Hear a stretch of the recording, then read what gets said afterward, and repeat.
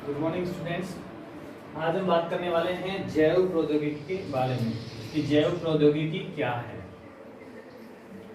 और जैव प्रौद्योगिकी की आवश्यकता मानव के जीवन में किस प्रकार से हुई है या किस तरीके से जैव प्रौद्योगिकी मानव के लिए एक बेहतर तकनीक साबित हुआ है।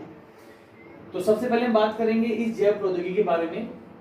जैव प्रौद्योगिकी जो है एक अंग्रेजी शब्द से बना हुआ वर्ड है बायोटेक्नोलॉजी।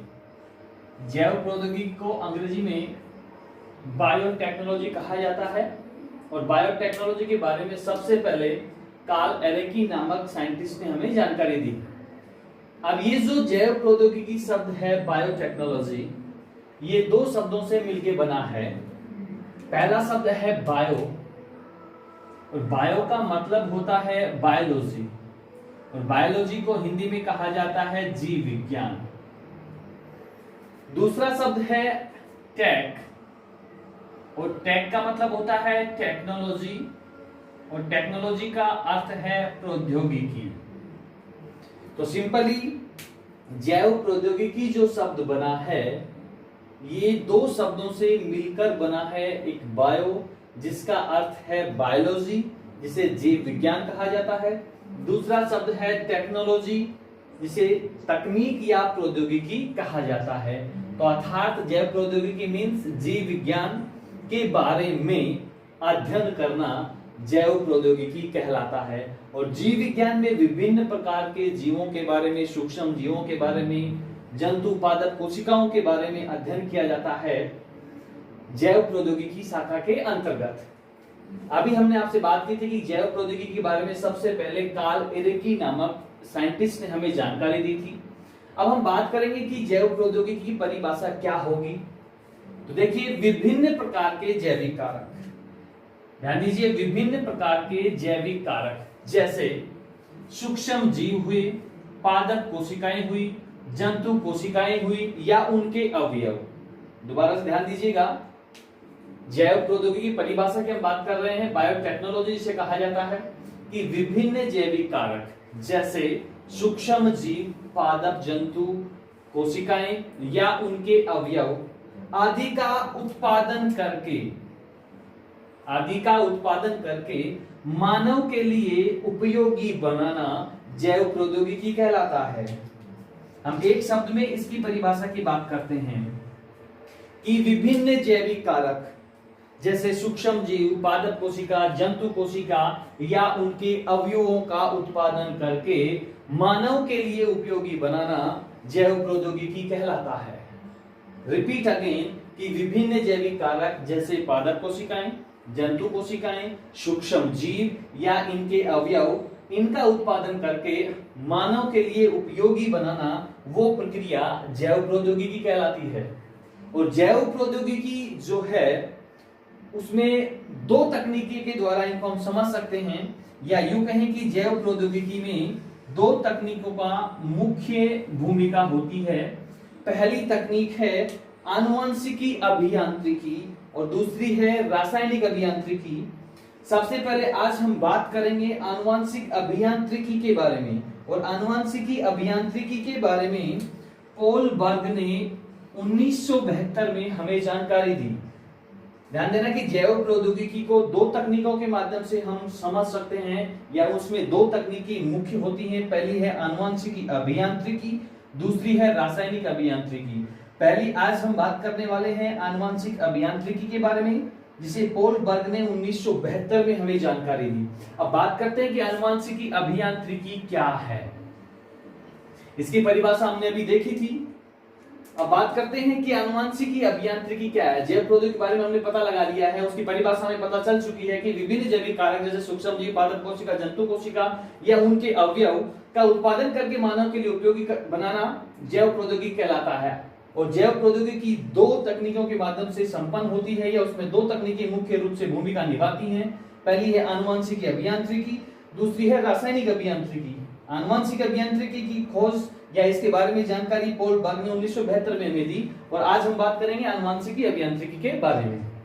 आनुवंशिक अभियांत्रिकी में होता क्या है, किसी भी जीव से या किसी भी जीवित कोशिका से उसके जीन को या डीएनए को बाहर निकाला जाता है। सिंपली आनुवंशिक अभियांत्रिकी में क्या होगा कि किसी भी जीव से उसके जीन या डीएनए को बाहर निकाला जाता है तथा उसे काट छाट करके, जो जीन और डीएनए हमने उस कोशिका से निकाला है या उस जीव से हमने निकाला है, उसको काट छाट करके पुनर्योजी डीएनए बनाकर, ध्यान देना आनुवंशिक अभियांत्रिकी परिभाषा के बारे में बात कर रहे हैं कि किसी भी जीव से उसके जीन या डीएनए को बाहर निकालकर उसे काट छाट करके पुनर्योगी डीएनए बनाया जाता है और उस पुनर्योजी डीएनए को होस्ट सेल में प्रवेश कराकर वांछित लक्षण प्राप्त करना आनुवंशिक अभियांत्रिकी कहलाता है। मैं वापस इसे रिपीट कर रहा हूं कि आनुवंशिक अभियांत्रिकी क्या होगा कि किसी भी जीव से उसके जीन या डीएनए को बाहर निकालकर उसे काट छाट करके तथा उससे पुनर्योजी डीएनए बनाकर वांछित होस्ट सेल में प्रवेश कराकर वांछित लक्षणों को प्राप्त करना आनुवंशिकी अभियांत्रिकी कहलाता है। अब हम बात करते हैं कि ये आनुवंशिकी जो अभियांत्रिकी है एक बहुत ही मोस्ट इंपोर्टेंट टॉपिक है जेट के लिए। मैं इसको दोबारा रिपीट करना चाहूंगा कि किसी भी जीव से जीन या डीएनए को बाहर निकालकर उसे काट छाट करके उसे पुनर्योजी डीएनए बनाकर और उस पुनर्योजी डीएनए को होस्ट सेल में प्रवेश कराकर वांछित लक्षणों को प्राप्त करना आनुवंशिकी अभियांत्रिकी कहलाता है। आनुवंशिकी अभियांत्रिकी अंतर्गत ई कोलाई जो जीवाणु है, ध्यान से सुनना क्वेश्चन बनता है, ई कोलाई जीवाणु जो है उसमें किसी भी पुनर्योगज डीएनए को परिवर्तित कर सकते हैं, इसलिए इसे टेलरिंग ऑफ डीएनए कहा जाता है। इसलिए इसे टेलरिंग ऑफ डीएनए कहा जाता है। आपको पता है कि टेलर का क्या कार्य है। अगर आप अपने क्लोथ्स सिलवाने के लिए टेलर के पास जाते हैं तो वो उस कपड़े को काट छाट करके आपके लिए बढ़िया सी ड्रेस तैयार करता है। उसी प्रकार आनुवंशिकी अभियांत्रिकी के अंतर्गत ही हम जो डीएनए खंड हैं उनको उनकी लंबाई के अनुसार काटकर उनको होस्ट सेल में प्रवेश करवाकर उनके लक्षणों को वहां पर प्राप्त किया जाता है। वो प्रक्रिया आनुवंशिकी अभियांत्रिकी कहलाती है। और आनुवंशिकी अभियांत्रिकी अंतर्गत ई कोलाई जो जीवाणु है उसमें किसी भी पुनर्योगज डीएनए को परिवर्तित किया जा सकता है, इसलिए इसे टेलरिंग ऑफ डीएनए कहा जाता है। अब मैं सबसे पहले बात करूंगा, हमने आनुवंशिक अभियांत्रिकी की बात की, अब हम बात करते हैं कि पुनर्योगज डीएनए है क्या।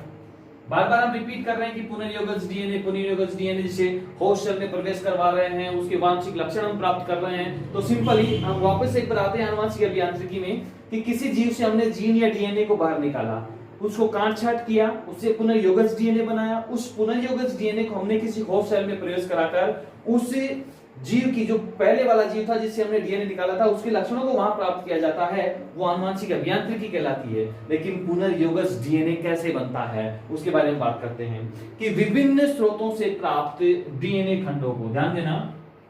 अब देखिए डीएनए हमने कहां से प्राप्त किए थे, जीव से। कहां से प्राप्त किए, जीव से। देखिए पुनर्योगज डीएनए क्या होगा, विभिन्न स्रोतों से प्राप्त डीएनए खंडों को जोड़कर जो डीएनए अणु बनता है वो पुनर्योगज डीएनए कहलाता है। रिपीट अगेन कि पुनर्योगज डीएनए क्या है कि विभिन्न स्रोतों से प्राप्त किए गए डीएनए खंड जिनको जोड़कर एक डीएनए अणु बनता है वो पुनर्योगज डीएनए कहलाता है। सिंपली पुनर्योगज डीएनए अणु जो बना है वो प्रक्रिया पुनर्योगज डीएनए तकनीक कहलाती है। क्वेश्चन यहां पर भी पूछ लिया जाता है कि पुनर्योगज डीएनए तकनीक से आप क्या समझते हैं, तो आंसर क्या आएगा इसका कि विभिन्न स्रोतों से प्राप्त डीएनए खंडों को जोड़कर एक डीएनए अणु बनाया जाता है और इस डीएनए अणु बनने की प्रक्रिया को पुनर्योगज डीएनए तकनीक कहते हैं। अब हम सिंपली बात करेंगे कि डीएनए क्लोन क्या है। क्लोन का मतलब होता है कि सेम अपने जन को जैसा होना। तो डीएनए का मतलब डीएनए जो हमने किसी जीव की कोशिकाओं से निकाला था। अब डीएनए क्लोन के बारे में हम बात करते हैं कि पुनर्योगज डीएनए तकनीक द्वारा डीएनए अणु की अनेकों प्रतियां प्राप्त करना डीएनए क्लोन कहलाता है। ध्यान देना, डीएनए क्लोन क्या होगा? अभी हमने पुनर्योगज डीएनए के बारे में देखा था कि विभिन्न स्रोतों से प्राप्त डीएनए खंडों को जोड़कर एक डीएनए अणु जो हमने बनाया था वो पुनर्योगज डीएनए अणु कहला रहा था, और वो पुनर्योगज डीएनए अणु बनने की प्रक्रिया पुनर्योगज डीएनए तकनीक कहला रही थी। लेकिन अब हम यहां बात कर रहे हैं डीएनए क्लोन की, कि डीएनए क्लोन क्या है।